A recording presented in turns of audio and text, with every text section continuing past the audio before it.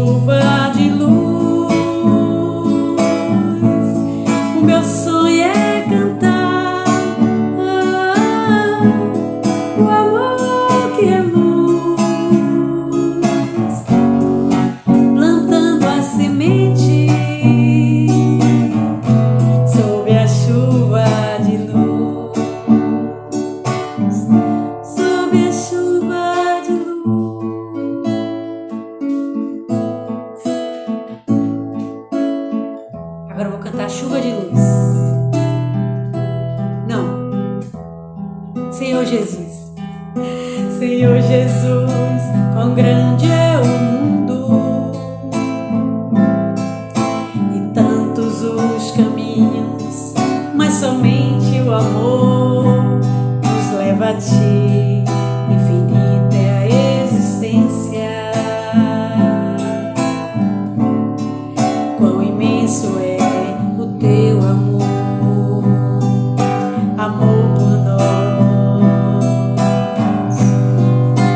Viver é amar plenamente com toda a alma, a cada instante, extraindo a alegria,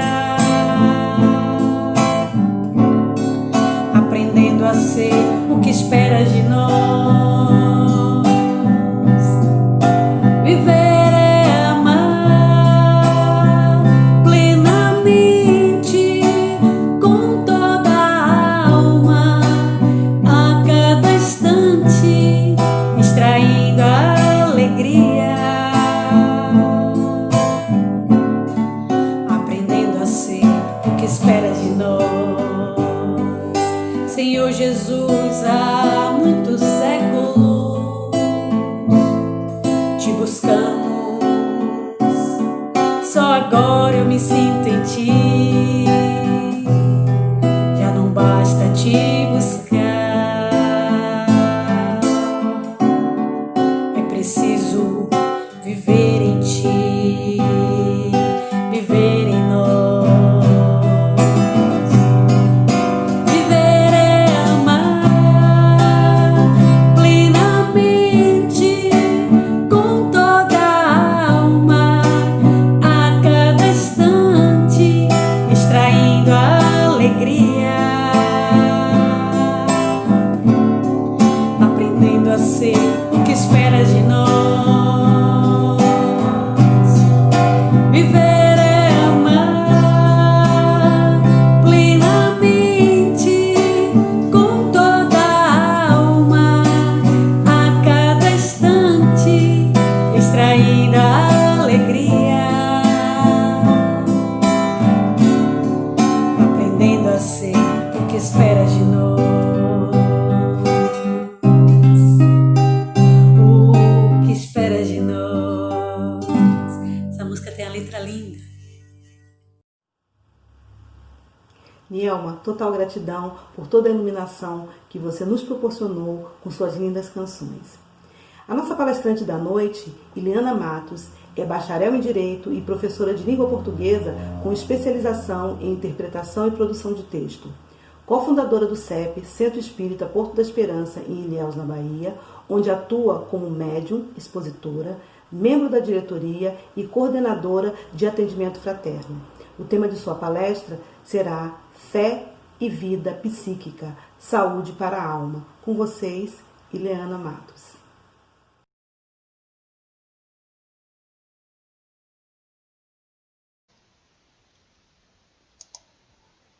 Oi, boa noite. Bom estar aqui com vocês para essa nossa conversa. Que possamos estar sob as bênçãos do Mestre Jesus. E quando eu digo isso, eu estou pedindo, Senhor, que todos nós possamos nos permitir nesse momento ouvirmos atenciosamente e refletirmos sobre aquilo que será dito, ouvido, para que tenhamos a condição de desenvolvermos em nós os nossos melhores potenciais de saúde. Paz a todos, vamos lá. Estivemos juntos ano passado conversando sobre emoções e saúde.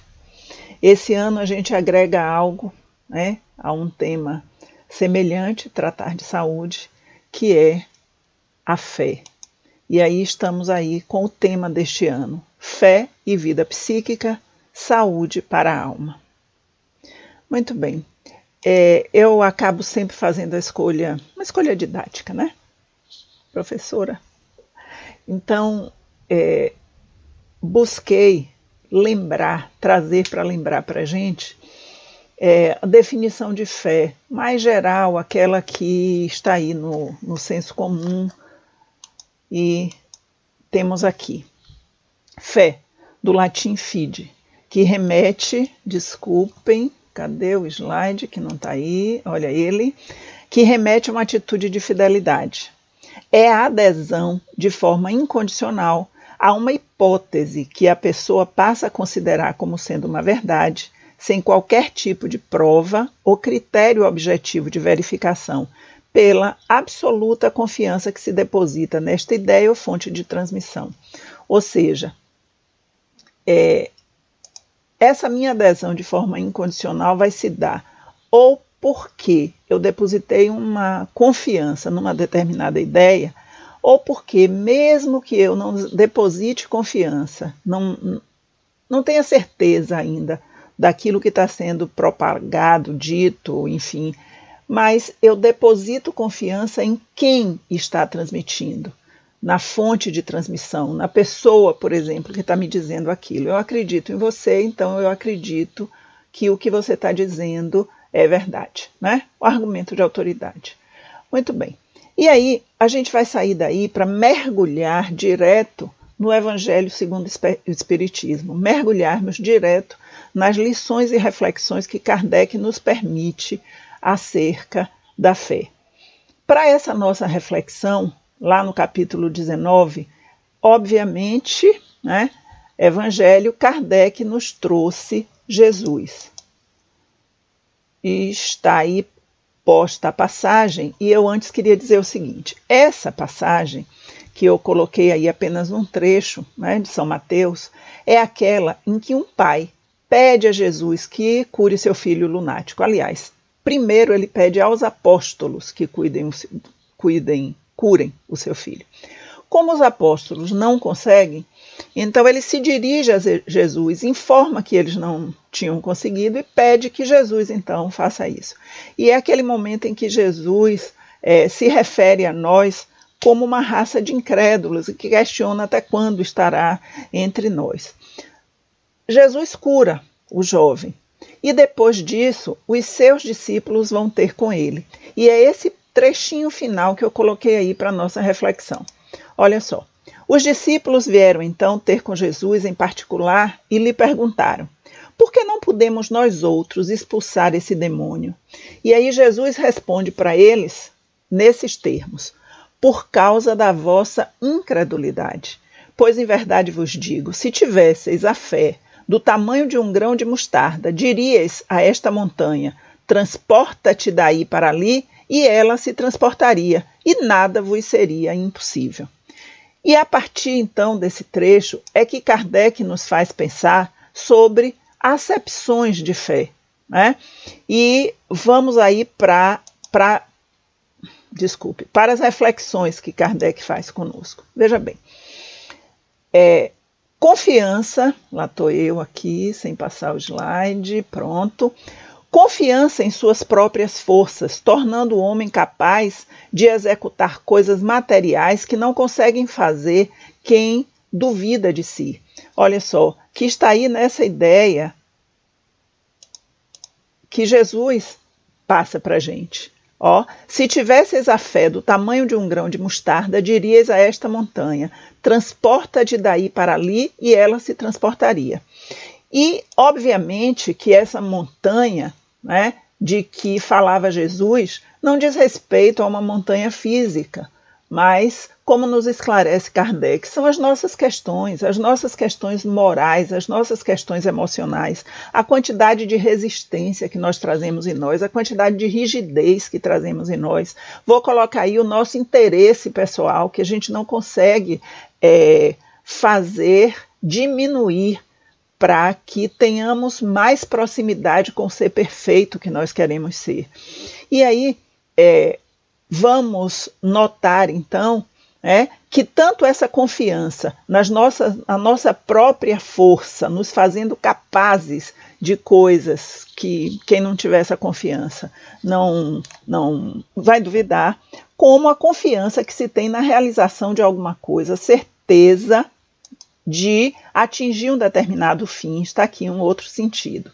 Bom, nesse sentido, a confiança que se tem na realização de algo, observe que eu até posso ter uma confiança em mim, mas eu não tenho confiança bastante se o meu propósito for um propósito maior, por exemplo, de que eu conseguirei realizar aquele propósito. E observe o quanto nós todos nós que tenhamos a pretensão de fazermos algo para vivenciarmos a nossa condição de seres humanos, portanto de humanidade, como unidade, como nós precisamos fazer, o quanto precisamos sair da gente para empreendermos projetos e realizações que efetivamente nos aproximem dessa nossa condição. Ok? Muito bem. Então, vamos avançar aqui um pouquinho mais. Kardec aí nos leva para refletirmos a fé do ponto de vista religioso. Olha o que ele nos diz. Do ponto de vista religioso, a fé consiste na crença em dogmas especiais, que constituem as diferentes religiões. Todas elas têm seus artigos de fé. Sob esse aspecto, pode a fé ser raciocinada ou cega. Bom, e a partir daí a gente vai para uma outra vertente de fé, né? E é interessante notarmos que, como a grande maioria de nós vem de uma, eu acho que quase a totalidade, né? Se não nessa existência, mas nas existências anteriores, fomos habituados a estarmos aí vivenciando uma fé cega, quando interesses, né, determinaram algumas verdades, vamos dizer assim, alguns fatos ditos verdadeiros, que não são, baseados na pura fantasia, e essas situações ou fatos ou noções que nos fazem questionar e nos fizeram questionar a nossa fé. Observe, Kardec diz o seguinte a respeito de fé cega: nada examinando, a fé cega aceita sem verificação assim o verdadeiro como falso, e a cada passo se choca com a evidência e a razão. E cada um de nós, na nossa busca de exercitarmos o quanto mais a nossa consciência, a nossa condição de seres racionais, nós vamos, ao longo do tempo, e acho que enquanto seres caminhando para um amadurecimento espiritual, nós vamos nos deparando com esse choque com a evidência e com a razão. Por exemplo, no que diz respeito a algumas noções consideradas como verdades por algumas religiões. Por exemplo, né, querermos acreditar, ou quererem que acreditássemos, vamos colocar assim, que um corpo físico decomposto vai ressuscitar. Isso seria estarmos derrogando as próprias leis de Deus, como nós sabemos. Compreendermos, por exemplo, ou aceitarmos, tomarmos como verdade que um erro nosso cometido aqui, na condição de humanos e de seres que estamos ainda nos constituindo, caminhando para a perfeição, inacabados, enfim, que um erro que nós cometamos nessa condição de seres em aprendizagem, que ele nos fará conduzir ao castigo eterno, por exemplo. Essa concepção de inferno, de diabo, que nos faz também pôr em xeque a nossa noção de Deus como ser onipotente. Ora, não, existe um lugar em que Deus não tem poder. Existiria, né? Bom, quando nós começamos a raciocinar e a buscarmos respostas aqui e ali, nós vamos nos deparar não com essa fé cega, mas com a fé raciocinada, né? Está aí. Kardec começa dizendo o seguinte: a fé necessita de uma base. Base que é a inteligência perfeita daquilo em que se deve crer. Eu não devo, portanto, pensar em fé e querer constituir em mim uma fé que não se baseie em inteligência. E para crer, continua Kardec, não basta ver, é preciso, sobretudo, compreender. É preciso, sobretudo, compreender. Eu adoro, né, o Pensamento e Vida de Emmanuel, e estou com ele aqui, né? Para ser fiel ao texto, vou ler. Para encontrar o bem, no capítulo sobre fé, para encontrar o bem e assimilar-lhe a luz, não basta admitir-lhe a existência. É indispensável buscá-lo com perseverança e fervor. Então, vamos refletir.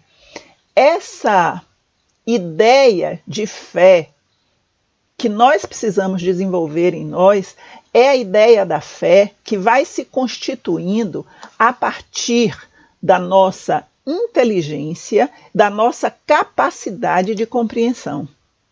É algo que está dito aí, mas vamos lá. Que, estando latente em nós, nós vamos poder cultivar para fazer florir e frutificar. Ah, eu me incomodo porque eu acho que eu não tenho fé. E o que fazemos para termos fé?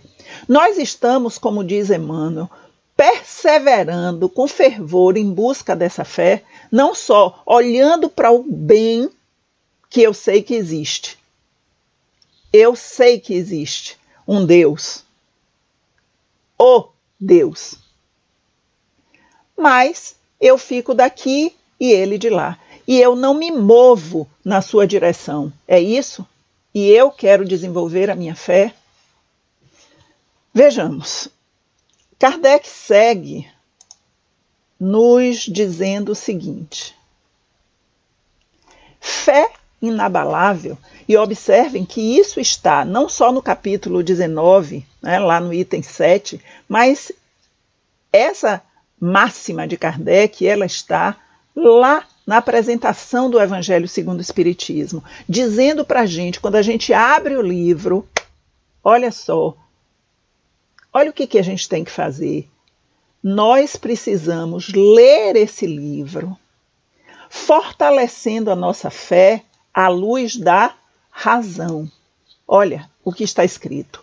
Fé inabalável só o é a que pode encarar frente a frente a razão em todas as épocas da humanidade.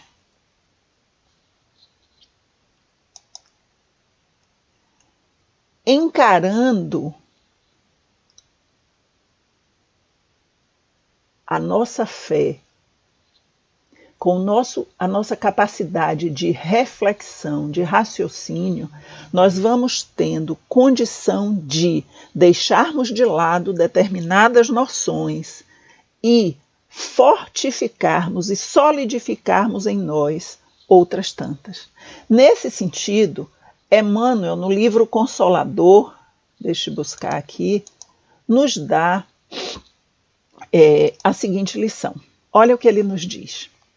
Ter fé é guardar no coração a luminosa certeza em Deus, certeza que ultrapassou o âmbito da crença religiosa. E observe que há entre todos os estudiosos uma diferença entre crença e fé. Mas vamos lá. Fazendo o coração repousar numa energia constante de realização divina da personalidade. Conseguir a fé é alcançar a possibilidade de não mais dizer eu creio, mas afirmar eu sei, com todos os valores da razão tocados pela luz do sentimento. Ótimo. Sentimento e razão. Aquilo, maravilha, né? Todos vão falando a mesma coisa. Olha, sentimento e razão. Essa casadinha, vamos dizer assim, que Jesus buscou lá para trás. Tocar-nos com o sentimento à luz da razão e fazer com que nós abríssemos a nossa razão para a compreensão das coisas e fortalecimento da nossa fé. Eu aí trouxe nesse slide em que Emmanuel faz essa referência, né? Não mais dizer eu creio, mas afirmar eu sei, eu trouxe essa imagem que está aqui. Por quê? Porque essa imagem me fez refletir sobre essa construção de fé. Olha, eu tenho aí 2 trapezistas. Aí eu comecei a pensar, imagine se eu, trapezista, né, por alguma razão estou sem o meu companheiro, sem alguém que pudesse me acolher ali no trapézio, fazer comigo a acrobacia que eu quero. Então eu saio ali na porta do circo em que eu trabalho e vai passando um homem alto, forte, né, com a musculatura denota que ele vai ter condição de me segurar. Então eu digo, moço, por favor, vem aqui, suba aqui essas escadas, fique aqui nesse trapézio e olha, o senhor senta aqui e vai se lançar, fazer um movimento e eu vou me jogar do outro lado e o senhor me pega. Ok? Vamos lá. E eu subo e faço isso. Eu tenho fé ou eu sou maluca? Maluca. Doida de pedra. Compreendemos? Essa construção de fé é algo que está pautado, veja bem, em reflexão. E olha, na palavrinha que eu já usei, construção. Eu, no caso específico, eu trapezista, que não sou, né? Hipoteticamente aqui, eu estudo, me exercito, pratico, faço por onde eu e o meu parceiro e o meu companheiro de trapézio. E nós nos lançamos com fé, mas também com o conhecimento, para as nossas acrobacias. Com fé de que um pegará o outro.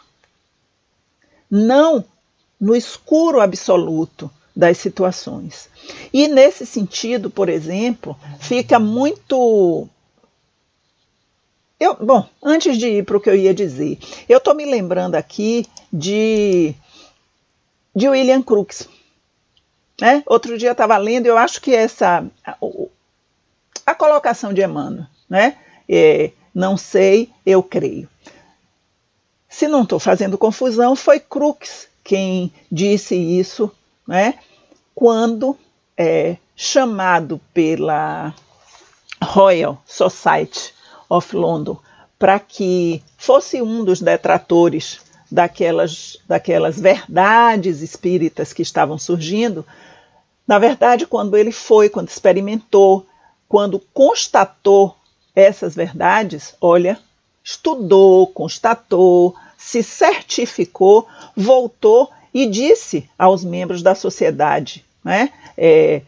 Não digo só que isso é possível, né? Eu digo que isso é real ou, nesses termos, eu agora não creio, eu sei. Pois é. Então, fui para a fé inabalável, quero estar aqui ainda voltando quando essa ideia de saber é uma ideia que eu quero deixar clara que ela é construída. Ok? Ok. Então vamos um pouquinho mais. Qual seria ou qual é a origem da nossa fé? Deixa eu colocar aqui esse questionamento que faço para a gente pensar. Qual a origem da fé raciocinada? Dessa fé de que a gente está falando aqui, que a gente precisa buscar. Ela nasceu com o Espiritismo, teria nascido com o Espiritismo, e eu já coloquei aí uma imagem que dá para a gente a resposta. Olha, essa fé raciocinada, eu a obtenho, ou me foi possível obtê-la a partir da doutrina espírita? Na verdade, não. Né? Eu acho que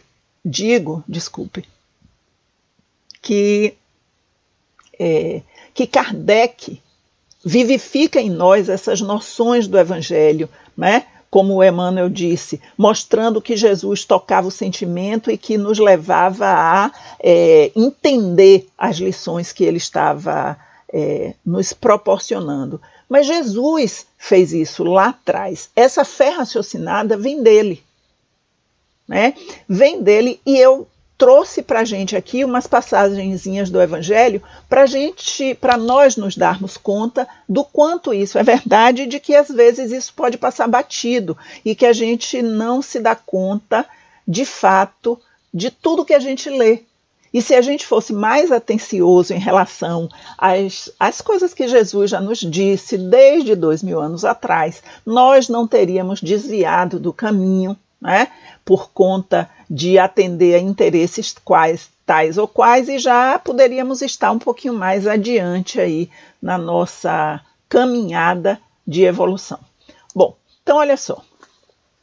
Jesus e sua didática de nos fazer raciocinar, de despertar em nós os valores da razão. Olha o que eu estou trazendo aí. Deixe-me colocar aqui. Pronto. De outra feita, ele próprio perguntou aos doutores da lei antes de curar um homem. É lícito curar no sábado? Está aí em Lucas 14:3. Como não respondessem, Jesus curou o hidrópico e o despediu.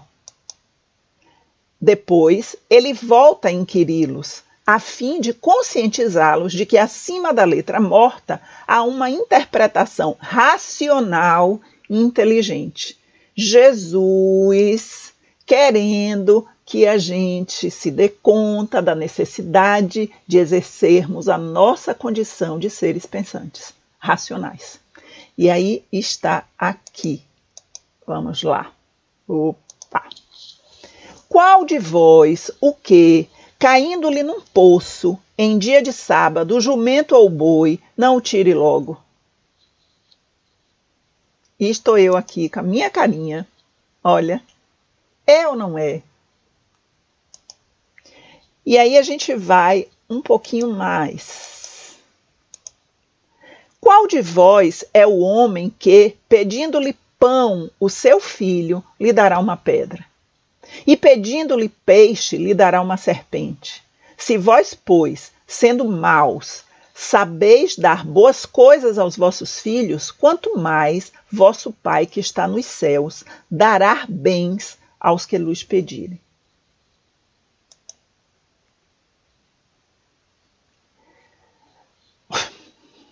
Jesus dizendo para a gente quem é Deus ou que é Deus. Mas eu vou agora, mesmo sabendo que Deus está na categoria de que é e não quem é, mas eu vou colocar aqui quem, porque na nossa limitação de linguagem é difícil para a gente, pelo menos é para mim, entender um pai sem o quem, que é o pessoal. Então, Jesus nos leva a sentirmos-nos tocadas emocionalmente por esse Pai de infinita bondade e misericórdia, que tudo faz para que a gente dê certo, para que a gente caminhe de forma mais rápida na busca dessa melhoria de que a gente precisa. E faz isso e nos ajuda. Fazendo isso, nos ajuda a pensar, a refletir. Eu li isso aí e me emocionei aqui com uma experiência. Eu tenho que ser bem sintética. Aí eu não sei se eu vou conseguir passar para vocês exatamente o que eu quero. Mas assim, nesses momentos de pandemia, né, um dos serviços oferecidos aqui por um grupo é o serviço do banho solidário, em que os moradores de rua têm a oportunidade de, num determinado dia, tomarem banho, trocarem de roupa, receber ali um alimento, e, enfim, cortarem o cabelo, fazer a barba, enfim. Nesses momentos de pandemia, em função da não proximidade, o serviço está sendo oferecido em termos, né? A gente vai lá e entrega alimento, água, um lanche e tal, uma roupa para eles trocarem, tudo muito rapidamente, mas não o banho, o que demanda mais tempo, e nós não temos essa permissão, o grupo não tem essa permissão para praticar, para estar ali levando a sua atividade na íntegra como gostaria, em função dos cuidados, né, para não transmissão aí do coronavírus. Muito bem. Então, num dia desses, foi entregue, numa semana foram entregues vários cobertores, e na semana seguinte, alguns cobertores ainda estavam de posse do grupo. E foi uma quinta-feira de uma chuva torrencial. Não sei se aí a semana atrasada, mas aqui em Ilhéus era um dilúvio. E muito vento e muito frio. E o grupo tinha em mãos 4 cobertores, um casaco de frio, era o que tinha ficado. Um casaco e 4 cobertores, além de algumas roupas que haviam sido doadas. As roupas foram distribuídas. E quando a gente tem uma infinidade de pessoas, né, e 4 cobertores e um casaco, a gente diz ou questiona, né, se a fé da gente está só se construindo, a gente diz assim, puxa vida, isso vai dar certo? A gente vai saber para quem entregar? E aí no primeiro grupo em que chegamos, 3 pessoas se aproximaram dizendo que não tinham cobertores e foram identificadas e confirmadas pelas pessoas que estavam lá na semana anterior de que realmente essas pessoas não tinham recebido cobertor. E nós saímos dali então com um cobertor e um agasalho. E fomos para um outro local. Nesse outro local havia uma quantidade significativa de moradores de rua. E eles todos disseram, não, nós estamos precisando hoje de comida, nós temos cobertor. E aí surge um rapaz no meio deles e diz, eu estou precisando de um casaco, porque eu até estou com um cobertor ali e um papelão, mas de dia, para cuidar dos carros e tal, eu estou passando muito frio. O casaco que estava com a gente imaginava que era um casaco feminino, pequeno. E quando eu apanhei o casaco, ele era exatamente do tamanho do homem que pedia um casaco. E ele levou. E nós saímos dali e fomos a outro lugar, onde estavam umas 5 a 6 pessoas. E dessas pessoas, um veio correndo, pegou o alimento e disse, pelo amor de Deus, vocês têm um cobertor? Eu estou tiritando de frio, eu não tenho nada para me enrolar. E não tinha, nós olhamos o lugar em que ele estava. Abrimos o carro, o cobertor foi entregue. E aí me vem outro rapaz e diz, por favor, eu estou com muito frio. Eu estou ali com um lençol, mas o lençol já está molhado. É pior do que se eu tivesse sem nada. Eu estou com muito frio. E uma das pessoas olhou para mim e disse, Lé, eu ainda tenho no meu carro um cobertor, sim. Correu, pegou o cobertor e entregou para ele. Então, ao final, nós tínhamos 5 cobertores e um casaco. E foi a conta pela receita. Aí a gente sai dali dizendo e com a certeza de que nós não estamos sozinhos, de que se nós compreendermos os sinais da espiritualidade, se nós buscarmos fazer a nossa parte, aquela parte que nos compete, tudo funciona, porque nós estamos regidos sob a batuta de Deus. Isso é construir uma fé raciocinada. Isso é garantir em nós a solidificação da fé, da certeza de que nós não estamos sozinhos. Nós não estamos sozinhos.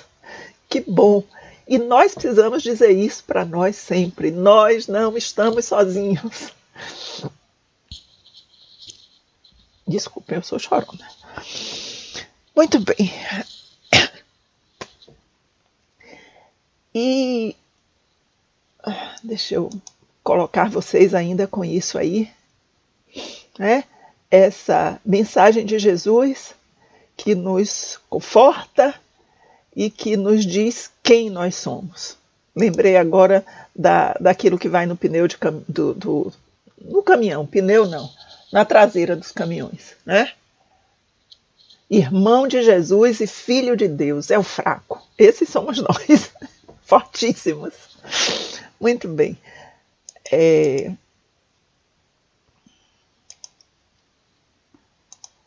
Então, fechando aí essa nossa fala, essa nossa conversa sobre a fé, né? No homem a fé é a consciência que ele tem das faculdades imensas depositadas em germe no seu íntimo, a princípio em estado latente, e que lhe cumpre fazer que desabrochem e cresçam pela ação de sua vontade. Bom, gente, isso é Kardec aí dizendo aquilo que eu vim buscando desenvolver com vocês. Eu preciso ter consciência de que essas faculdades estão em mim, e a gente vai ver por que elas estão em mim. Logo adiante, a gente tratando de vida psíquica, estão no meu íntimo. Se eu não as vejo desabrochadas e produzindo flores e frutos, eu tenho que me mover para fazer com que ela desabroche. Eu preciso caminhar buscando esse Deus, essa luz, esse ser que me criou para a perfeição. E essa certeza, né? Essa certeza vai me dar, vai me dar a condição de atuar de forma muito mais consciente e de forma muito mais saudável. Será a internalização, será a vivência de saúde em mim, a partir de quem eu sou. E aí vamos ver quem somos nós, né? Tá aí. O slide seguinte, esse, fala de vida psíquica. A gente vai dar uma caminhadinha rápida, porque já, embora tenha se passado um ano, já conversamos um tantinho a respeito disso. Então, olha só.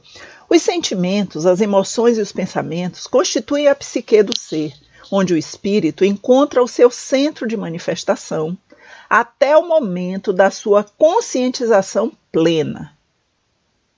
Desse modo, a organização molecular do corpo somático é maleável à psique, que a aciona e conduz. Olha a importância disso que Joana nos diz no livro Autoconhecimento, uma busca interior. A nossa modelação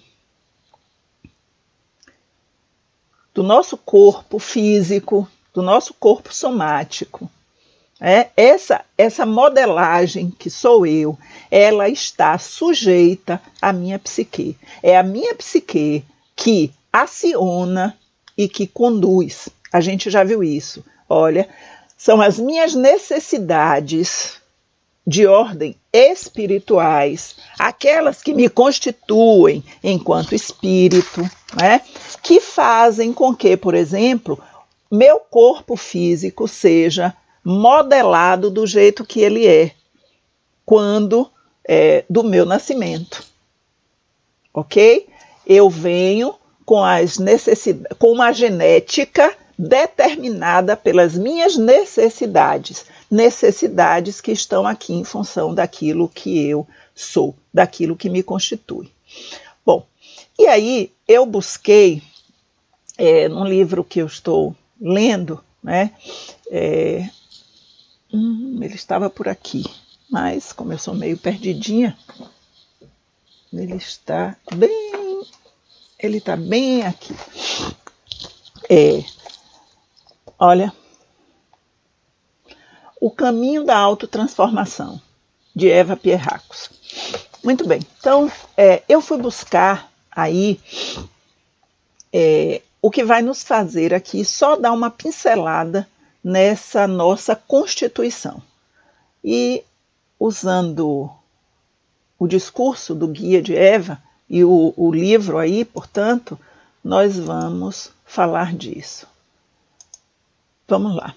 Ele coloca a nossa constituição nesses termos. Eu quero deixar claro que eu podia ter feito uma outra escolha, um outro teórico, e de verdade a gente ainda traz aí um pouquinho de Freud depois, mas a escolha hoje foi essa aí. Então vamos lá. Nós estamos assim constituídos. Eu superior, olha, a camada mais profunda. Eu inferior, que recobre o eu superior, e a máscara ou persona, que é a camada mais superficial. Bom, o nosso eu superior, o que é? Em última instância, é Deus. É a centelha divina, é esse germe de Deus que está em nós.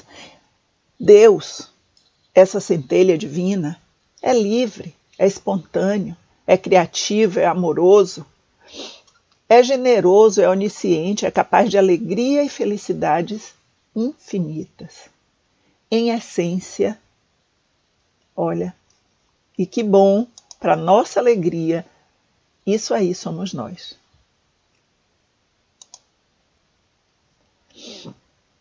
Mas nós temos uma outra camada, né?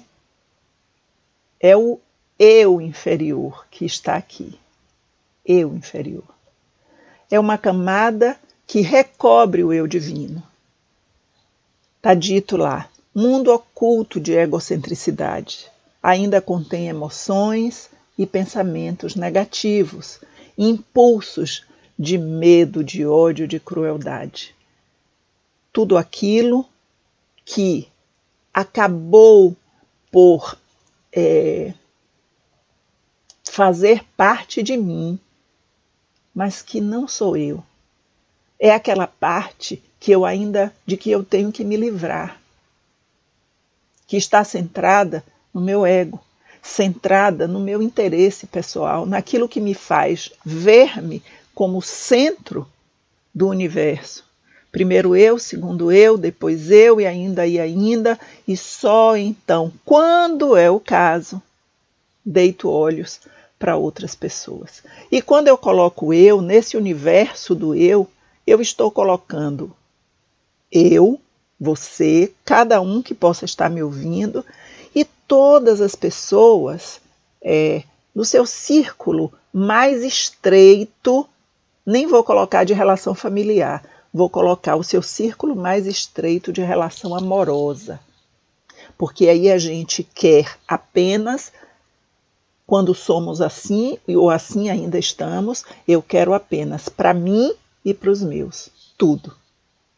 E os outros, que eu ainda coloco na condição de outros, como se fossem a parte de mim, não entendi ainda que somos todos uma unidade, então os outros eu coloco bem distante. E para complicarmos um pouquinho ainda mais aí, né, nós temos uma outra camada, a máscara, a camada mais externa, a persona. Esse escudo protetor que eu uso para encobrir o meu eu interior. Eu me vejo de um jeito que eu não gosto, porque eu estou vendo em mim coisas que eu já devia ter superado.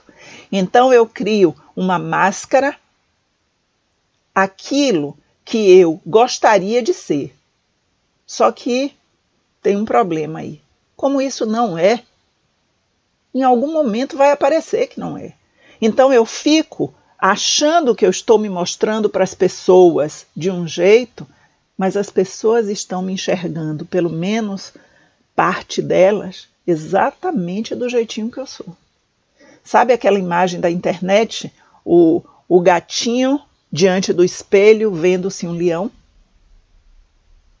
Pode ser o leãozinho diante do espelho. Eu vou dizer então leãozão, vendo um gatinho, tranquilinho. Observe. Então, temos aí, olha, só finalizando a leitura do slide, uma autoimagem idealizada.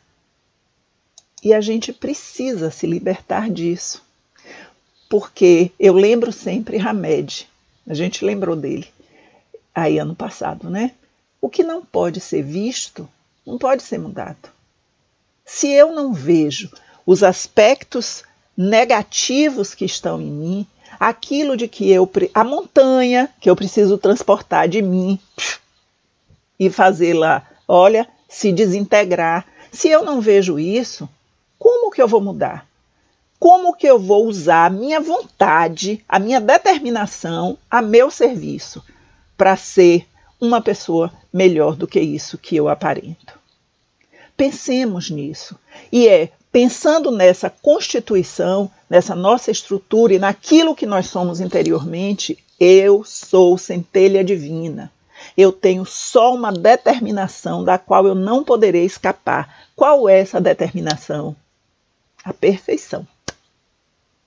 É para isso que eu caminho. Se eu caminharei a passos largos ou a passos lentos, aí vamos cuidar para ser a passos largos, né? Muito bem. Então, saindo disso aí, né, eu coloquei ainda, estou me lembrando aqui, eu coloquei ainda, e é outra coisa de que eu gosto muito, muito, muito de colocar, porque dá uma noção mais ou menos exata para a gente dessa nossa Constituição, né? Essa metáfora do iceberg. Olha só, o que está, aquela capa enorme de gelo que está à flor d'água é o nosso consciente, com nossos raciocínios, percepções, pensamentos, enfim.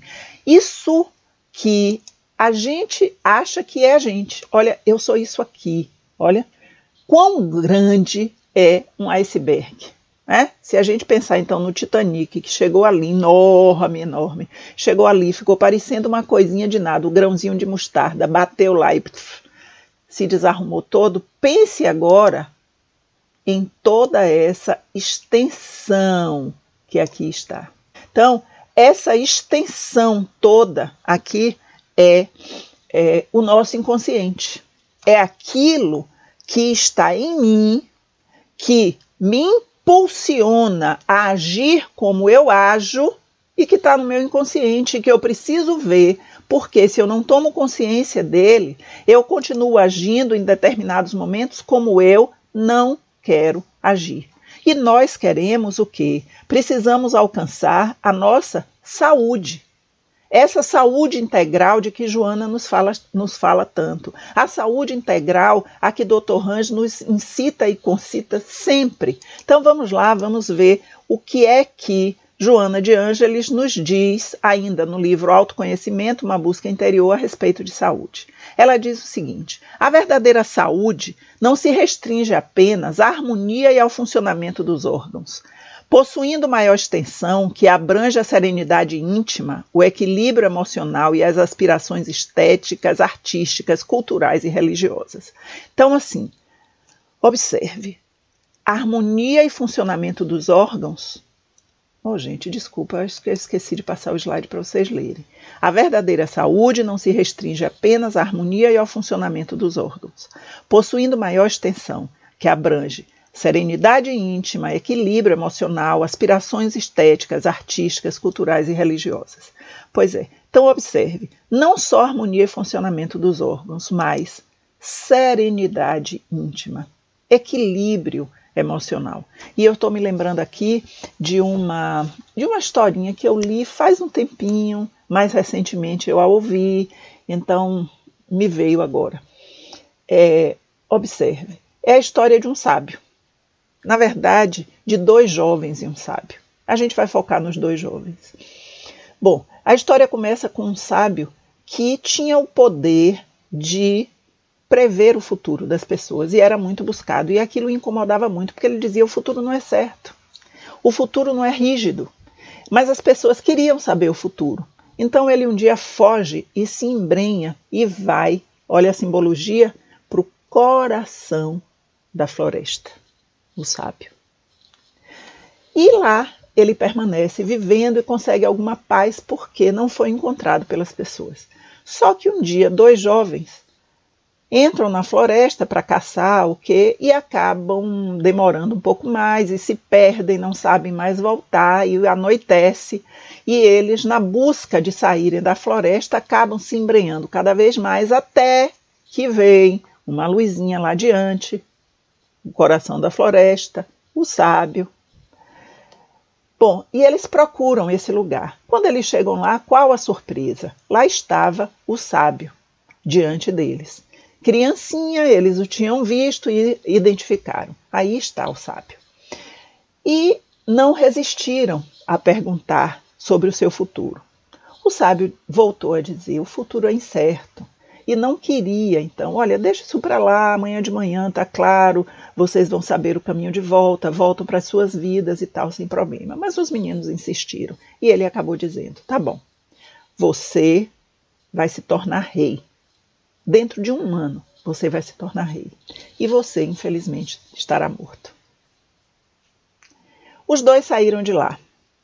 No dia seguinte, no impacto do que tinham ouvido. O que ia se tornar rei, arrogante, presunçoso, eu serei o rei. E o outro, cultivando a sua serenidade e o seu equilíbrio emocional, ao invés de exasperar-se porque só tenho 1 ano, ele disse, eu tenho 1 ano para ser o melhor que eu possa ser. E cultivou a humildade e fez aquilo que cada um de nós precisa fazer, estar a serviço do outro. Aquilo que Emmanuel bate na tecla com a gente sempre, servir, servir e servir. E assim os 2 caminharam, um na sua arrogância, esperando o ano chegar para que ele fosse rei, e o outro na sua humildade, trabalhando para se aproximar mais e mais das pessoas, esperando o ano que ia chegar. O ano chegou. Um não era rei e o outro não estava morto. 1 ano, 1 ano e meio, e aí os 2 decidiram buscar o sábio. Peraí, né? Vamos lá. Um estava se sentindo lesado, né? Olha, cadê minha coroa? E o outro, puxa, esse tempo todo eu nessa preocupação e a cada dia, vamos lá. Então, eles se embrenharam na floresta. E antes que alcançassem a casa do sábio, eles viram, aquele que ia ser rei, na verdade, viu um saco de dinheiro.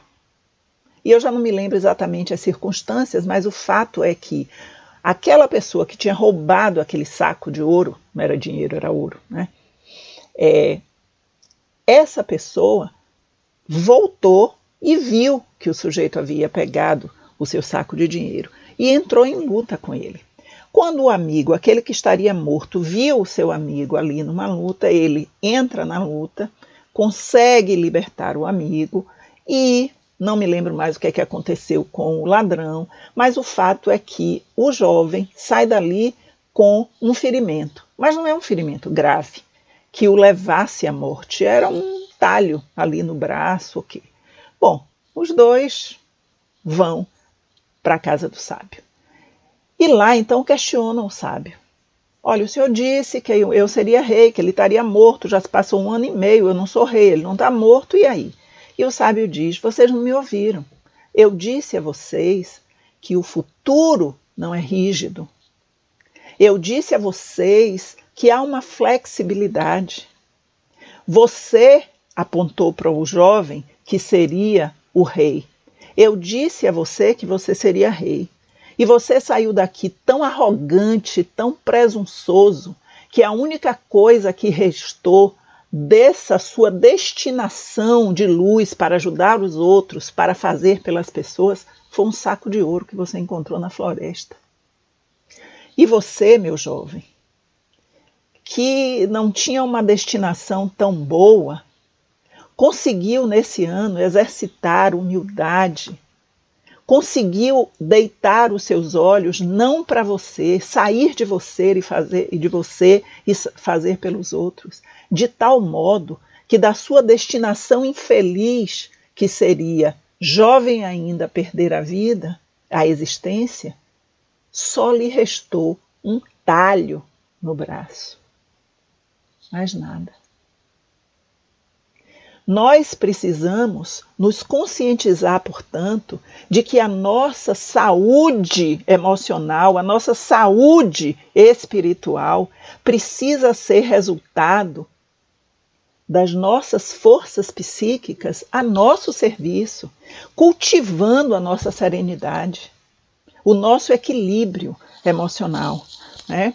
E aí, Joana segue nos dizendo, no livro Ser Consciente, saúde em realidade é estado de bom humor com inalterável tolerância pelas excentricidades dos outros e seus correspondentes erros. O quanto eu, não sei vocês, mas eu preciso escutar isso.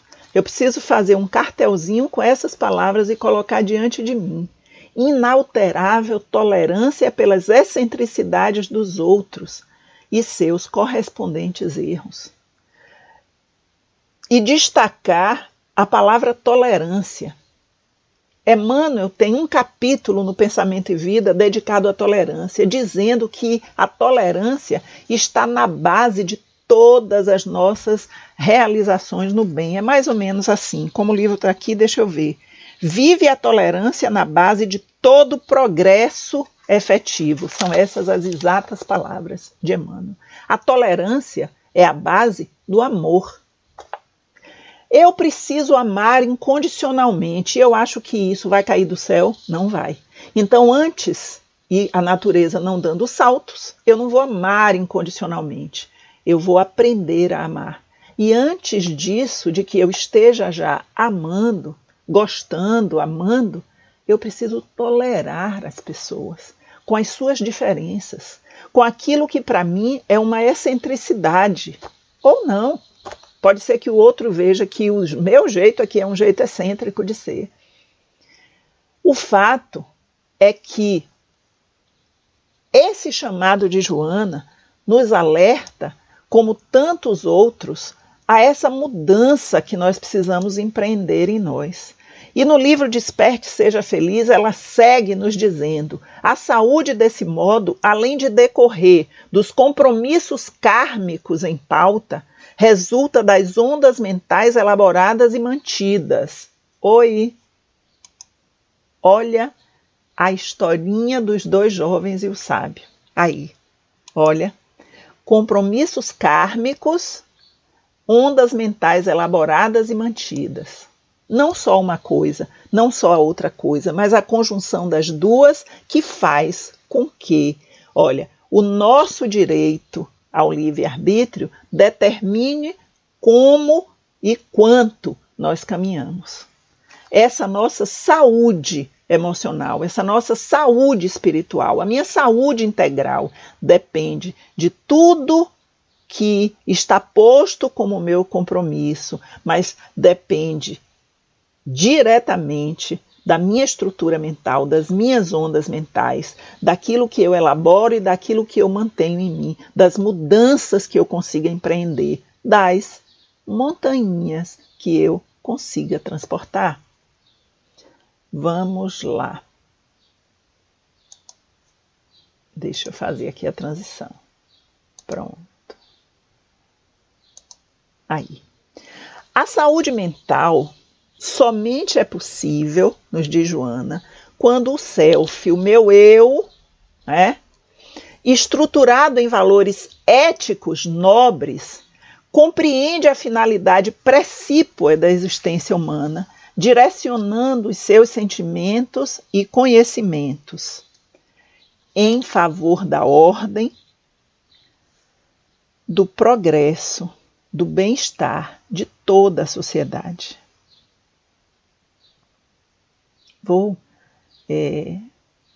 Vocês vão me permitir ler novamente. E aí eu descobri que a gente não tem aqui só Eva Pierracos, Freud, já apareceu aqui Jung também. Olha só. A saúde mental somente é possível quando o self, meu eu, estruturado em valores éticos nobres, compreende a finalidade precípua da existência humana, direcionando os seus sentimentos e conhecimentos em favor da ordem, do progresso, do bem-estar de toda a sociedade. Qual é a finalidade da existência humana? Direcionar-se em favor do bem-estar de todos. Sairmos de nós mesmos. e irmos para o próximo. Irmos no sentido de compreender, veja bem, ninguém nessa corrida rumo à nossa perfeição, eu não conseguirei chegar primeiro, porque ninguém vai chegar primeiro. Os que alcançam um nível maior de desenvolvimento espiritual retornam para alavancar a caminhada dos outros, porque essa chegada é uma chegada que precisa e que só pode se dar em conjunto. E aí, antes de finalizar, eu coloquei ainda aqui um slide que exemplifica isso de que a gente está falando aqui, né? Essa fé, essa confiança que cada um de nós precisa ter em si.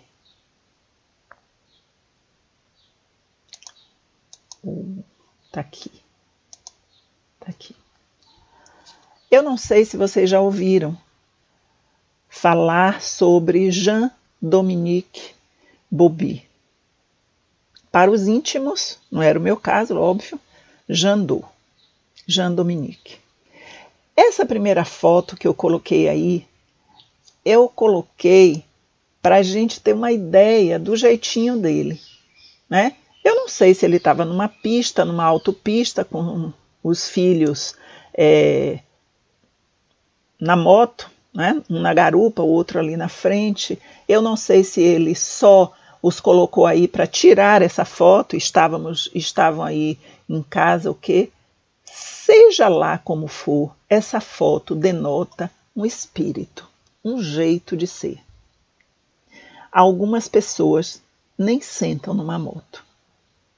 Algumas nem se aproximam dela. Ainda mais com duas crianças. Muito bem. Quem era ou quem foi Jean-Dominique? Jandot. Ele era editor-chefe, salvo engano, de uma conhecida revista de moda. Mas não é por isso que eu o trouxe aqui. Eu o trouxe aqui porque esse homem sofreu um acidente vascular cerebral que o paralisou quase por completo.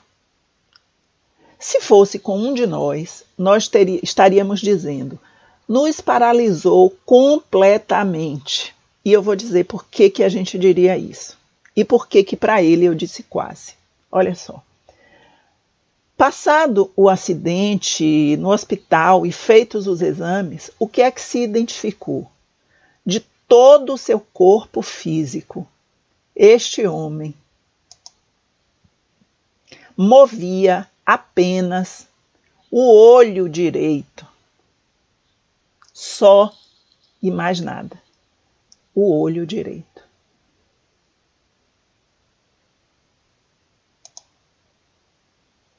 Mas isso era o seu corpo físico, não era ele. Exatamente. A sua mente estava perfeita. Ele não conseguia que o ouvissem, ele não conseguia dizer isso, ele só movia o olho direito, piscava. E o que é que ele conseguiu fazer? Ele é o autor, talvez aqui vocês já tenham ouvido falar, ou já lembrem dele, né? Olha, ele é o autor do livro O Escafandro e a Borboleta, que é um livro que conta a sua história. Só para a gente lembrar, tá aí uma imagem, não vamos querer ler as letrinhas que estão aí, eu peguei essa imagem com toda a anatomia de um escafandro, né? Que é uma peça para mergulho e tal, que tem lá mais de 100 quilos, né? Então, o escafandro e a borboleta. Muito provavelmente como ele se sentia. Ih, não fiz a transição e ninguém está vendo nem o escafandro nem a borboletinha. Agora sim. Olha aí, gente. Olha.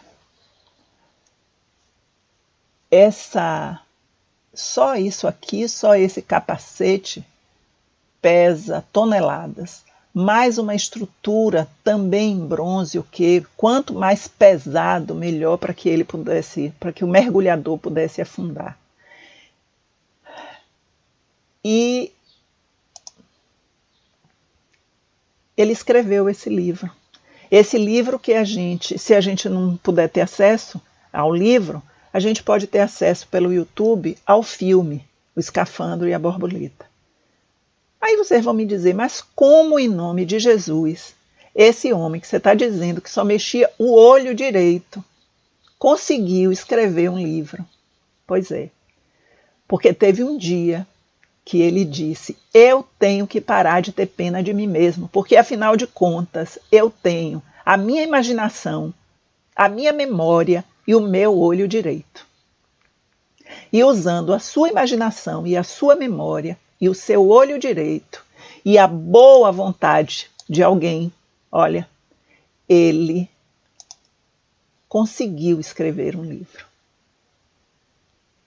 Essa era uma das pessoas responsáveis por cuidar dele no hospital. E ela ia ela ia dizendo as letras do alfabeto e na letra que interessava a ele, ele piscava. Na letrinha que ele queria. E ele escreveu um livro.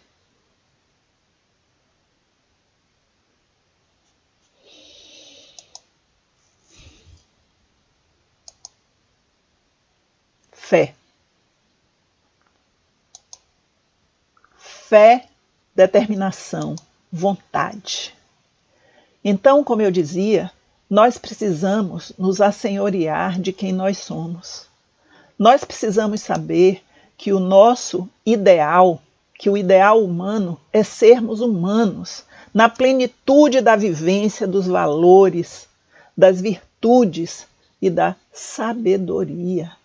Isso que nos faz cada vez mais humildes, cada vez mais voltados para o outro, entendendo a nossa destinação enquanto seres humanos. E aí nós vamos entender que a fé, conjugada com a inteireza da nossa vida psíquica, com esse conhecimento que possamos ter, com o descortinar daquilo que em nós ainda está turvo, ainda está submergido, que é isso que vai nos permitir a saúde de que nós necessitamos, a nossa saúde integral.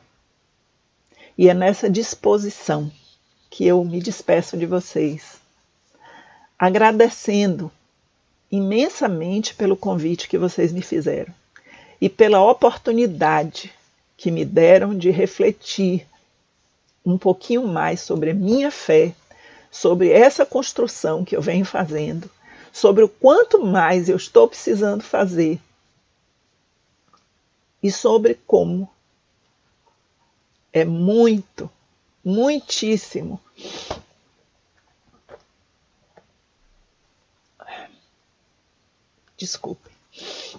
o quanto é muito bom sabermos que não estamos soltos, que isso aqui não é obra do acaso, mas que há um Deus, não vingativo nem injusto, um Deus que é Pai de infinita bondade e misericórdia, um Deus que é todo justiça e, como nos ensina Samuel Bulamarque, nos direciona a partir da sua vivência de amor sob os critérios das nossas próprias necessidades. Eu passo pelo que eu preciso passar para me tornar um ser melhor, para me burilar. Que essa certeza solidifique a nossa caminhada, fortaleça a gente, nos dê disposição para enfrentarmos o que estamos vivendo e que nos faça pessoas cada vez melhores. Um beijo grande a todos, muito obrigada e muita paz, muita paz. Agradecemos imensamente a Eliana Matos pelos esclarecimentos benditos. E agora temos mais um pouco do nosso momento artístico. Com vocês, Nielma. Olá, eu de volta. Vamos cantar. Quero paz na minha vida, quero luz no meu caminho, quero viver, entender que tudo passa, que a terra é uma escola, quero aprender. O amor é a estrada que devemos caminhar. Quem tiver vontade firme tem felicidade.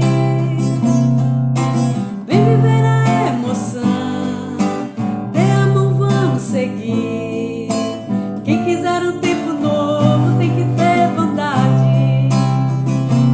Eu quero amor, eu vou te amar, eu vou te amar. Agindo assim a nossa vida vai mudar. Eu quero amor, eu vou te amar, eu vou te amar. Agindo assim a nossa vida vai mudar. Quero paz na minha vida, quero luz no meu caminho, quero viver, entender que tudo passa, que a terra é uma escola, quero aprender. O amor é a estrada que devemos caminhar. Quem tiver vontade firme tem felicidade. Vem viver a emoção, dê a mão, vamos seguir. Quem quiser um tempo novo tem que ter bondade. Eu quero amor, eu vou te amar, eu vou te amar.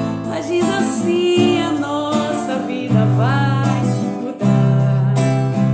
Eu quero amor, eu vou te amar, eu vou te amar. Agindo assim a nossa vida vai mudar.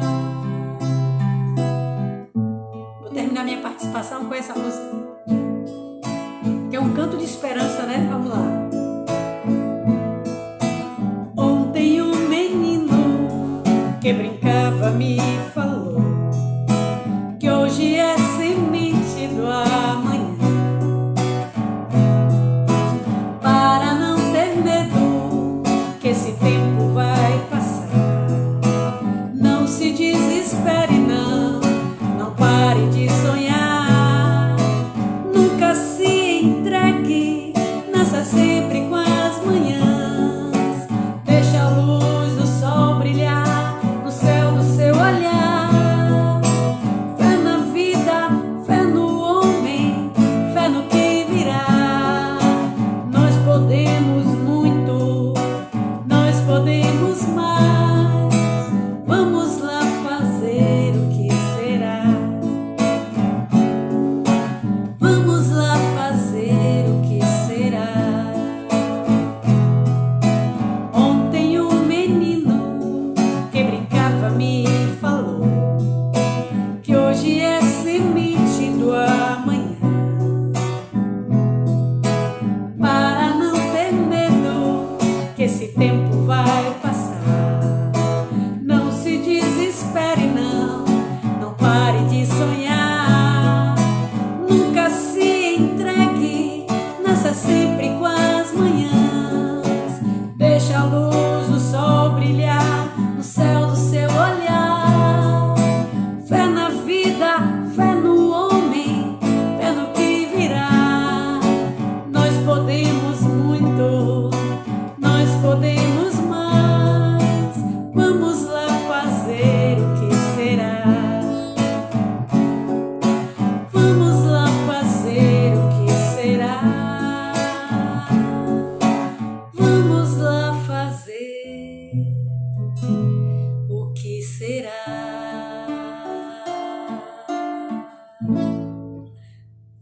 Paz a todos. Mais uma vez, agradecemos a Nielma por abrilhantar nossa CMEI. E convidamos você que está nos assistindo para a palestra de amanhã, Tempo de Transição, Educação e Fé como Solução, com a palestrante Edna Doria. Vamos à prece final? Senhor Deus, amado Mestre Jesus, amigos espirituais, mentores que nos acompanham, agradecemos a oportunidade de receber todos esses conhecimentos. Agradecemos a oportunidade de ter a Semana Espírita, o Centro Espírita Alvorada Nova, nos proporcionando a luz na nossa cidade. Agradecemos a todos que conosco estão, a todos que participam conosco e pedimos que nós tenhamos cada dia mais força para o nosso trabalho, as forças sempre renovadas e sempre na confiança de adquirir o conhecimento, receber a luz e disseminar esse conhecimento. Fica conosco sempre, Senhor Jesus, que assim seja.